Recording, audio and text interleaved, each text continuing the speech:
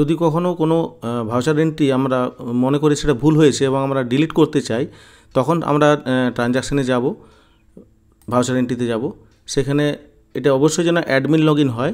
এবার ডিলিট অপশানে যাব, এখানে দেখুন সার্চ অপশানে যাব, এখানে গিয়ে আমরা ডেট রেঞ্জটা ঠিক করব, যে ডেটের মধ্যে আমার ভুলটা হয়েছে।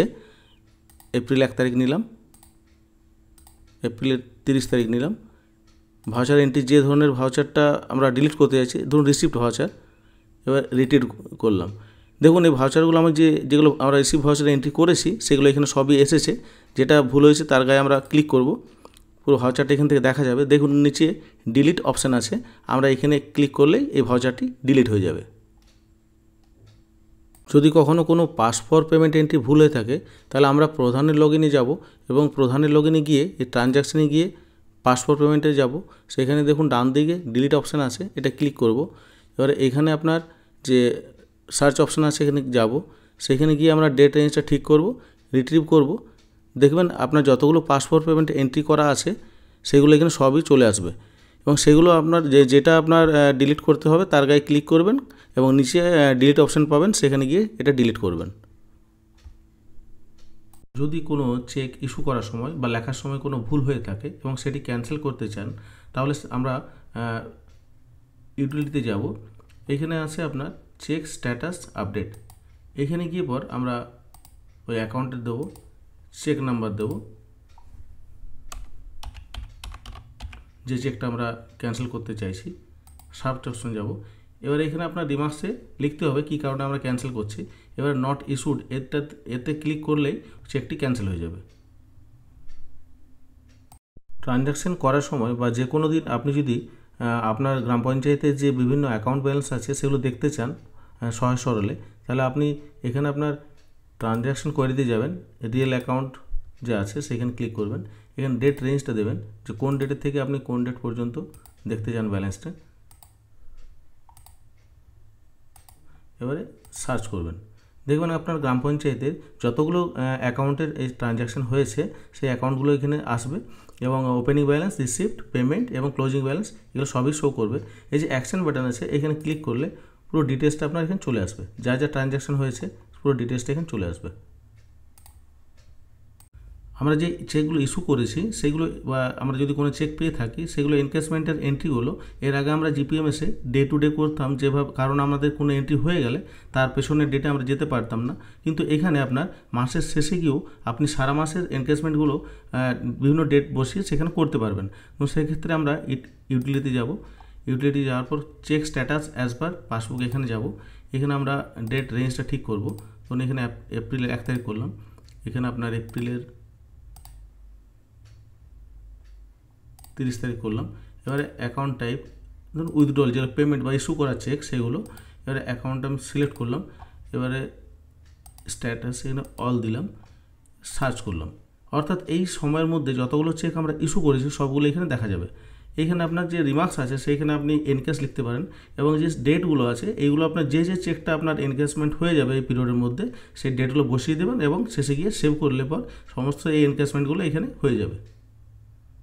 যদি কোনো গ্রাম পঞ্চায়েত তার জিএল গ্রুপে যে কোনো একটা জিএল গ্রুপে যে টাকাটা আছে সেটা পৃথক দুটি জিএল গ্রুপের আপনি ট্রান্সফার করতে চাইছেন, ধরুন আপনার 15th এফসিতে টাকাটা আছে, আপনি চাইছেন যে টাকাটা 15th এফসি টায়ার্ড এবং 15th এফসি আনটায়ার্ড দুটো পৃথক পৃথক জিএল গ্রুপে আপনি ট্রান্সফার করতে চাইছেন, তখন সেক্ষেত্রে আপনার এন্ট্রিটা হবে প্রথমে এখানে আপনার ভাউচার মোড হবে ট্রান্সফার, তারপর আপনি এখানে ডেট বসালেন, তারপরে আপনার এখানে ট্রান্সফার ভাউচার নাম্বার দিলেন, ভাউচার নাম্বার আপনি টি দিয়ে আপনি দেবেন, কারণ ওই নাম্বারটা যদি ভাউচার নর্মাল যে পেমেন্ট এন্ট্রি সেখানে দেওয়া থাকে সেক্ষেত্রে এটা ডুপ্লিকেট বলবে, তাই T1 দিলাম। ভাউচার টাইপ এইখানে আপনার এটা জার্নাল হবে। এবার আপনার ট্রান্সফার ফ্রম এইখানে আপনার 15th এফসি হবে এবং ট্রান্সফার টু এইখানে হবে 15th এফসি টায়ার্ড এবং পরবর্তী সময় এখানে 15th এফসি হবে আবার 15th এফসি আনটায়ার্ড, অর্থাৎ দুটি এন্ট্রি আপনাকে করতে হবে 15th এফসির টাকাটা টায়ার্ড এবং আনটায়ার্ডে আলাদাভাবে নিয়ে যেতে চাইলে। এবং এই তার নিচে যেগুলো আছে সেগুলো আপনারা যেমন নান হবে, এটা স্টুডেন্ট টাইপ যে টাকাটা অ্যামাউন্টটা বসাবেন এখানে, ভাউচার ন্যারেশন যে ট্রান্সফার করছেন সেটাই বিশদ বিবরণ এখানে লিখবেন, পার্টি টাইপ এখানে নান হবে। এখানে ট্রান্সফার টু, এইখানে আপনার 15 FC টায়ার্ড অথবা আনটায়ার্ড লিখতে পারেন। এবার আপনার শেষে গিয়ে আপনি এটা সেভ করবেন।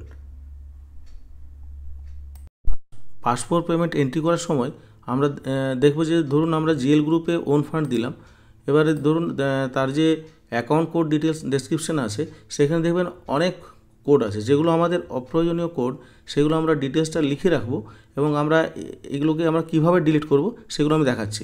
আমরা মাস্টারে যাব, মাস্টারে গিয়ে অ্যাকাউন্ট কোডে যাব, এরপর নমিনাল অ্যাকাউন্ট ডিলিশন আছে এখানে যাব।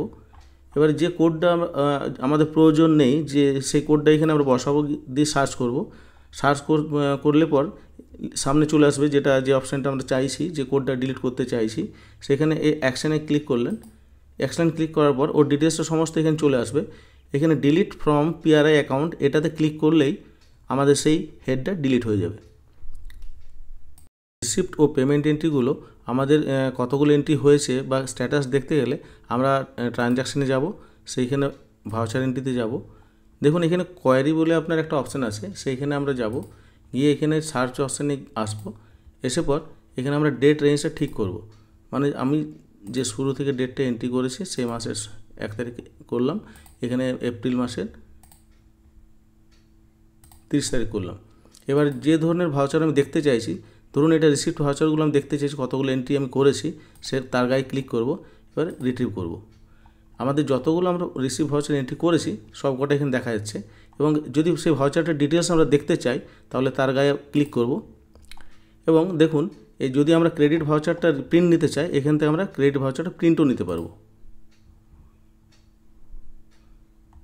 প্রিন্ট অপশানে যাব, প্রিন্ট হয়ে যাবে। একইভাবে যদি আমরা পেমেন্ট এন্ট্রি বা কন্ট্রা এন্ট্রিগুলো দেখতে চাই, এখান থেকে আমরা এভাবে দেখতে পারবো। আমরা এখানে যে রিপোর্ট সেকশন আছে, রিপোর্টে গিয়ে নন স্কিমেটিক অপশানে যাব, এখান থেকে ক্যাশ বইয়ের আমরা জেনারেট করতে পারবো। দেখুন এখানে ডেট রেঞ্জটা ঠিক করলে এখানে 1 তারিখ দিলাম, এখানে এপ্রিলের 30 তারিখ দিলাম, সার্চ। দেখুন এখানে আপনার ক্যাশবুকটা এখান থেকে পাওয়া যাবে। একইভাবে যদি সাবসিডির ক্যাশবুক জেনারেট করতে চান, অ্যাকাউন্ট ওয়াইজ ডেট রেঞ্জ ঠিক করে সার্চ অপশানে গেলেই আপনার সাবসিডির ক্যাশবুকটা বেরিয়ে যাবে।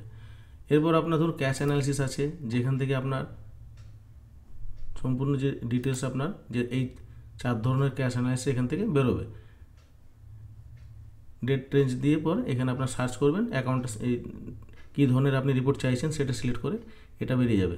এছাড়া আপনার ফর্ম 26 যেটা আছে, সহজ সরলে ফর্ম 26টা আপনার যে কোনো সময় যে কোনো ডেট রেঞ্জ দিয়ে জেনারেট করা যায়। ধরুন আমরা এখানে এপ্রিলের 1 তারিখ দিলাম, এখানে আমরা এপ্রিল মাসে 15 তারিখ দিলাম। এই পিরিয়ডে আমার যা ফর্ম 26-এর অর্থাৎ বিভিন্ন যে জেনারেল লেজার ব্যালেন্সগুলো আছে, খরচ আছে, সমস্ত ডিটেলস আমরা ফর্ম 26টা পেয়ে যাব। দেখুন পিরিয়ড ফর্ম 1/4/2025 থেকে 15/4/2025, অর্থাৎ এইখানে ডেট রেঞ্জ দিয়ে আপনি যে কোনো সময়ের আপনি ফর্ম 26টা জেনারেট করতে পারবেন। পাসপোর্ট পেমেন্ট এন্ট্রি করব এবং সেখানে যে জিএল গ্রুপ যেখানে পাবো, জিএল গ্রুপ, সেখানে ধরুন সাপোজ 15 FC টায়ার্ড আমরা সিলেক্ট করেছি। দেখবেন এখানে আমরা যেগুলো অ্যাকাউন্ট কোডগুলো ডেসক্রিপশন যেগুলো পাচ্ছি সেগুলো সবগুলো এখানে হয়তো আসছে না। তাহলে আপনি চাইছেন যে আমার যে প্রয়োজনীয় যে অ্যাকাউন্ট কোড আছে বা ডেসক্রিপশন আছে সেটা এখানে আমরা আনতে চাইবো, তো আমরা এটার পদ্ধতি দেখাচ্ছি। আমরা মাস্টারে যাব, মাস্টারে গিয়ে পর অ্যাকাউন্ট কোডে যাব, এখান থেকে নমিনাল অ্যাকাউন্ট কোড আছে, এর গায়ে ক্লিক করলাম। এইখান থেকে আপনি এটা অল করে নেবেন।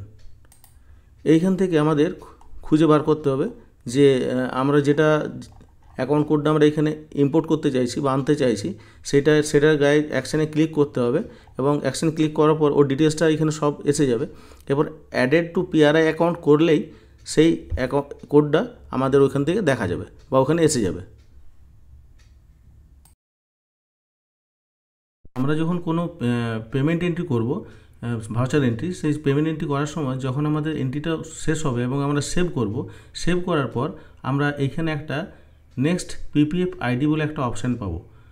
এটা কখন পাবো? যদি আমার আরও পাসপোর্ট পেমেন্ট এন্ট্রি করা থাকে মানে সেই এবং সেটা পেমেন্ট এন্ট্রি করার প্রয়োজন আছে, এই ধরনের যদি থাকে, আমরা যদি এই নেক্সট পিপিএফ আইডিতে ক্লিক করি তাহলে আমার যে আরও যে পাসপোর্ট পেমেন্ট এন্ট্রিটা পরবর্তী এন্ট্রিটা করা আছে সেটা এখানে চলে আসবে, অর্থাৎ আমার পেমেন্ট করার জন্য একটু সুবিধা হবে। যদি কখনও কোনো পেমেন্টের ডিটেলস মানে ঠিকাদার ওয়াইজ বা এমপ্লয়ি ওয়াইজ আমরা দেখতে চাই বা কোনো পার্টি ওয়াইজ, তাহলে সেটা আমরা এখান থেকে ট্রানজ্যাকশন করিতে যাব এবং সেখানে দেখুন এই যে পার্টি টাইপ অ্যান্ড নেম আছে, সেখানে যাব। এখানে গিয়ে ধরে নিন আমরা কন্ট্রাক্টরের কোনো একটা পার্টিকুলার কন্ট্রাক্টরের ডিটেলস জানতে চাইছি, এখানে পার্টি নেম একটা কিওয়ার্ড দেবো, তার নামটা আমরা লিখলাম, ধরুন বরুণ লিখলাম, এর নামে এই পিরিয়ডের মধ্যে কবার বা কী কী পেমেন্ট হয়েছে সমস্ত ডিটেলস এখান থেকে দেখা যাবে। ডেট রেঞ্জটা ঠিক করলাম, এপ্রিল 1 তারিখ থেকে এপ্রিল 30 তারিখ দিলাম। এখানে আপনার রিসিভড পেমেন্ট ইনক্লুডিং জার্নাল সব কিছু এখান থেকে দেখা যাবে। ধরুন এইখানে আপনার পেমেন্ট আছে 3টে, একটা জার্নাল এন্ট্রি আছে, অর্থাৎ এসডি বা আইটি জিএসটি যেগুলো অ্যাডজাস্টমেন্ট হচ্ছে সেটা সহ এখানে সব কিছু দেখা যাবে। সহজ সরল অনলাইন অ্যাকাউন্টিং সিস্টেমে হোম উইন্ডো, সেই হোম উইন্ডোতে দেখুন টোটাল ভাউচার 36, অর্থাৎ এখনও পর্যন্ত পেমেন্ট ভাউচার, রিসিভ ভাউচার এবং ট্রান্সফার ভাউচারগুলি মিলিয়ে মোট 36 নম্বর ভাউচার এন্ট্রি করা হয়েছে। টোটাল পেমেন্ট ভাউচার 17, অর্থাৎ এখনও পর্যন্ত 17 নম্বর ভাউচার পেমেন্ট ভাউচার এন্ট্রি করা হয়েছে। ভাউচার টু বি ভেরিফাইড 35, অর্থাৎ এই 36 থেকে একটি ভাউচার আমরা ভেরিফাই করেছি, যার জন্য এখন 35টি ভাউচার বাকি আছে ভেরিফাই করতে।